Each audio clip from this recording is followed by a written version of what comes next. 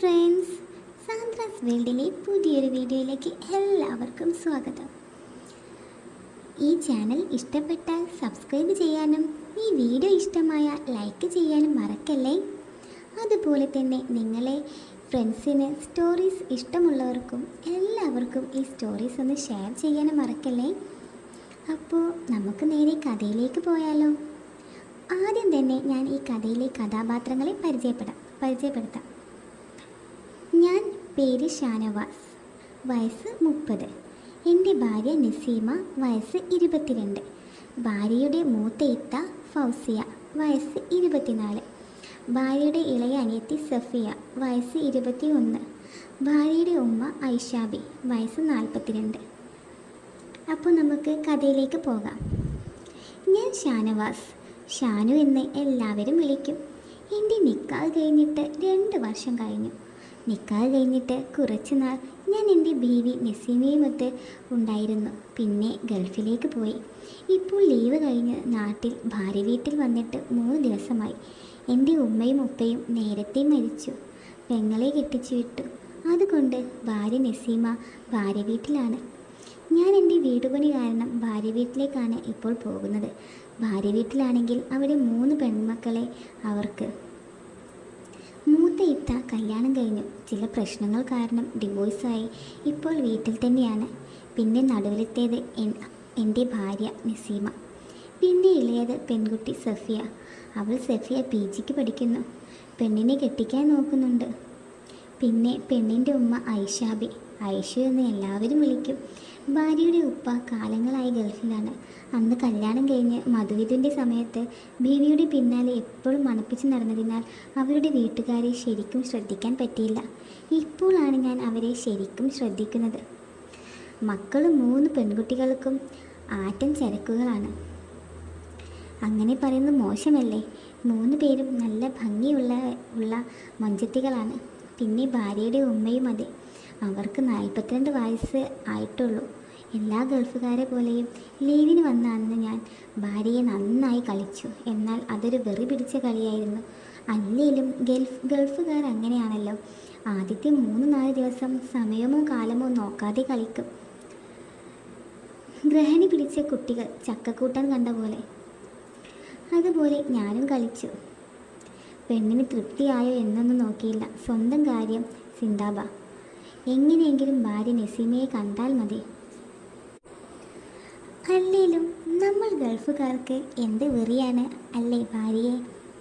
എൻ്റെ കൂട്ടുകാരൻ രമേശ് എയർപോർട്ടിൽ വെച്ച് തന്നെ ജെഡ്ഡി അയച്ചിട്ടാണ് വീട്ടിലേക്ക് പോയത്. അത്രയും സമയം ലാഭിക്കാമല്ലോ എന്നാണ് അവൻ പറയാറ്. അത്രയ്ക്ക് പോലും ക്ഷമയില്ല ചിലർക്ക്. നമ്മൾ ഗൾഫുകാരൊക്കെ ഇങ്ങനെയാണ്. നമ്മൾ ഗൾഫുകാർ വീട്ടിലെത്തുമ്പോഴേക്കും വരും കുറേ ബന്ധുക്കൾ എന്ന് പറഞ്ഞിട്ട് കുറേ അശ്രീകരങ്ങൾ. സ്വസ്ഥമായി സ്വന്തം ഭാര്യയുമായി ഒന്ന് സംസാരിക്കാൻ പോലും പറ്റില്ല. ഞാനും അതുപോലെ നാട്ടിലെത്തിയിട്ട് 3 ദിവസം കഴിഞ്ഞു. ഇന്നേക്ക് വന്ന അന്നൊക്കെ എങ്ങനെയെങ്കിലും ഒന്ന് ഇരുട്ടായാൽ മതി. അങ്ങനെ ഞാൻ കാത്തിരുന്ന് ഇരുട്ടായി. അവൾ റൂമിലേക്ക് വന്നു. ബെഡിൽ ഇരുന്നതേ ഓർമ്മയുള്ളൂ പാവത്തിന്. ഞാൻ മാക്സി എല്ലാം അയച്ചു മാറ്റി. കരിമ്പിൻ തോട്ടത്തിൽ കയറിയ ആനയെ പോലെ എന്തൊക്കെയോ ചെയ്തു. അന്നും ഞാൻ എൻ്റെ സുഖം മാത്രമേ നോക്കിയുള്ളൂ. എന്ത് പരാക്രമമായിരുന്നു കഴിഞ്ഞ 3 ദിവസം. അയ്യേ, ഓർക്കുമ്പോൾ എനിക്ക് തന്നെ നാണക്കേട്. എൻ്റെ പൊട്ട ചിന്തകളാണോ എന്നറിയില്ല. നസീമയുടെ ഇത്തയെയും അവൾ അനിയത്തിയെയും എന്തിനു പറയുന്നു മച്ച, ഉമ്മയെയും എനിക്ക് കാണാൻ ഒരു മോഹം പോലെ. ഇപ്പോൾ അവരെ ശരിക്കും ശ്രദ്ധിക്കാൻ തുടങ്ങിയപ്പോൾ എന്താ അഴക് എല്ലാവർക്കും.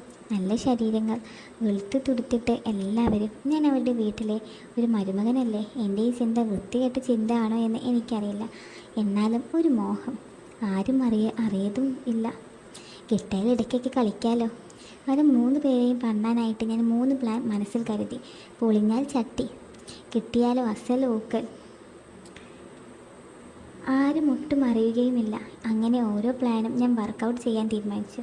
ഓരോ പ്ലാൻ കഴിഞ്ഞിട്ട് അടുത്ത പ്ലാൻ അങ്ങനെയല്ല. കാരണം എനിക്കാകെ 2 മാസത്തെ ലീവേ ഉണ്ടായിരുന്നുള്ളൂ. അപ്പോൾ 3 പ്ലാനും ഒരുമിച്ച് വർക്കൗട്ട് ചെയ്യാനാണ് എൻ്റെ തീരുമാനം. പിന്നെ ഈ 3 പ്ലാനും വർക്ക് ചെയ്യാൻ ഞാൻ തീരുമാനിച്ചു. അത് പൊളിഞ്ഞാലും എനിക്ക് കുഴപ്പമില്ല, നാണക്കേടുമില്ല. അവരാരോടും പറയുകയുമില്ല. കാരണം പറഞ്ഞാൽ അവർക്കും എനിക്കും നാണക്കേടല്ലേ. ഞാൻ വന്നിട്ട് ഇന്ന് 4ാമത്തെ ദിവസമാണ്. ഭാര്യ നസീമയെ ഇന്നു മുതൽ പയ്യെ കളിച്ചാൽ മതി. ഇനി പയ്യെ മതിയല്ല, അവൾക്കും എന്തേലും ആവണ്ടേ. അവൾ വെറുതെ കിടന്നു തന്നു ഇത്ര ദിവസം, അതുപോരല്ലോ. അവളെയും ഒന്ന് സ്വർഗം കാണിക്കണ്ടേ. ഇന്നും വൈകിട്ട് എൻ്റെ ഭാര്യ നസീമ വന്നു ബെഡിൽ കിടപ്പുണ്ടായിരുന്നു.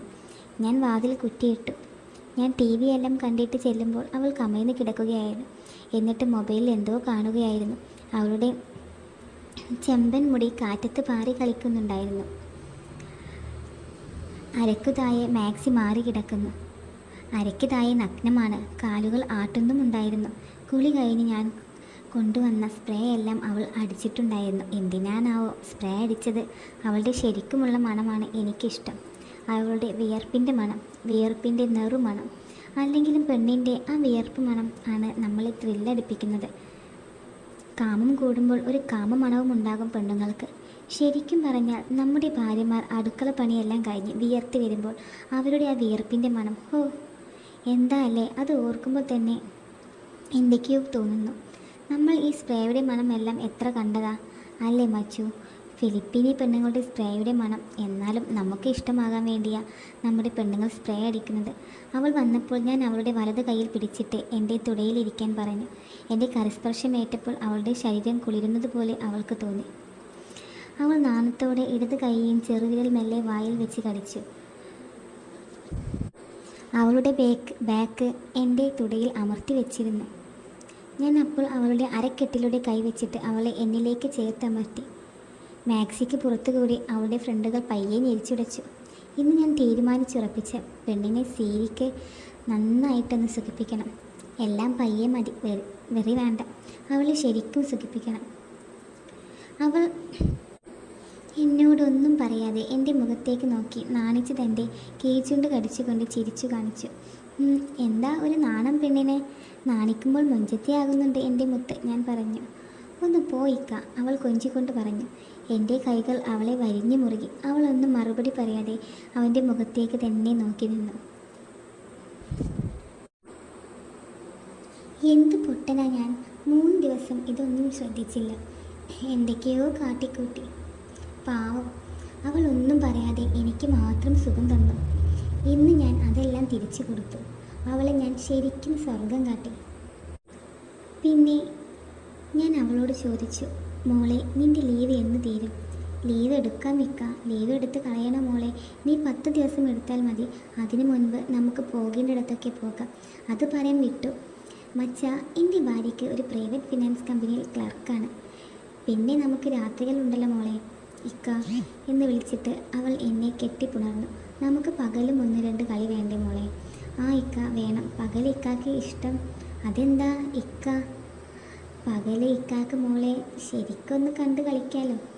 10 ദിവസം ലീവ് എടുത്താൽ മതി എന്ന് പറഞ്ഞതും പകൽ കളി വേണമെന്ന് പറഞ്ഞത് ഞാൻ മനസ്സിൽ ഇട്ടേയും അനിയത്തെയും ഉമ്മായെയും കളിക്കാൻ ചില പ്ലാനുകൾ എൻ്റെ മനസ്സിൽ കണക്ക് കൂട്ടിയിട്ടാണ്. എൻ്റെ ഭാര്യ കളി കഴിഞ്ഞ ക്ഷീണം കൊണ്ട് എന്നെ കെട്ടിപ്പിടിച്ച് കിടന്നുറങ്ങി. ഞാൻ മറ്റുള്ളവരെ കളിക്കേണ്ട പ്ലാൻ ആലോചിച്ച് ഉറങ്ങാതെ കിടന്നു. അത് പിന്നെ സമയം പോലെ പറയാം കേട്ടോ. ഇന്നത്തെ കഥ ഇത്രയേ ഉള്ളൂ. ഈ വീഡിയോ ഇഷ്ടമായ ലൈക്ക് ചെയ്യാനും ഈ ചാനൽ ഇഷ്ടപ്പെട്ടാൽ സബ്സ്ക്രൈബ് ചെയ്യാനും മറക്കല്ലേ. അതുപോലെ തന്നെ എല്ലാവരും ഒന്ന് ജോയിൻ കൂടി ചെയ്തോളൂ. അപ്പോൾ നമുക്ക് വീണ്ടും ഒരു സ്റ്റോറിയുമായി വീണ്ടും വരാം. അതുപോലെ ഇതിന് സെക്കൻഡ് പാർട്ട് വേണമെന്നുള്ളത് എന്തായാലും കമൻറ്റ് ചെയ്യണേ. അപ്പോൾ നമുക്ക് വീണ്ടും കാണാം. Okay, by.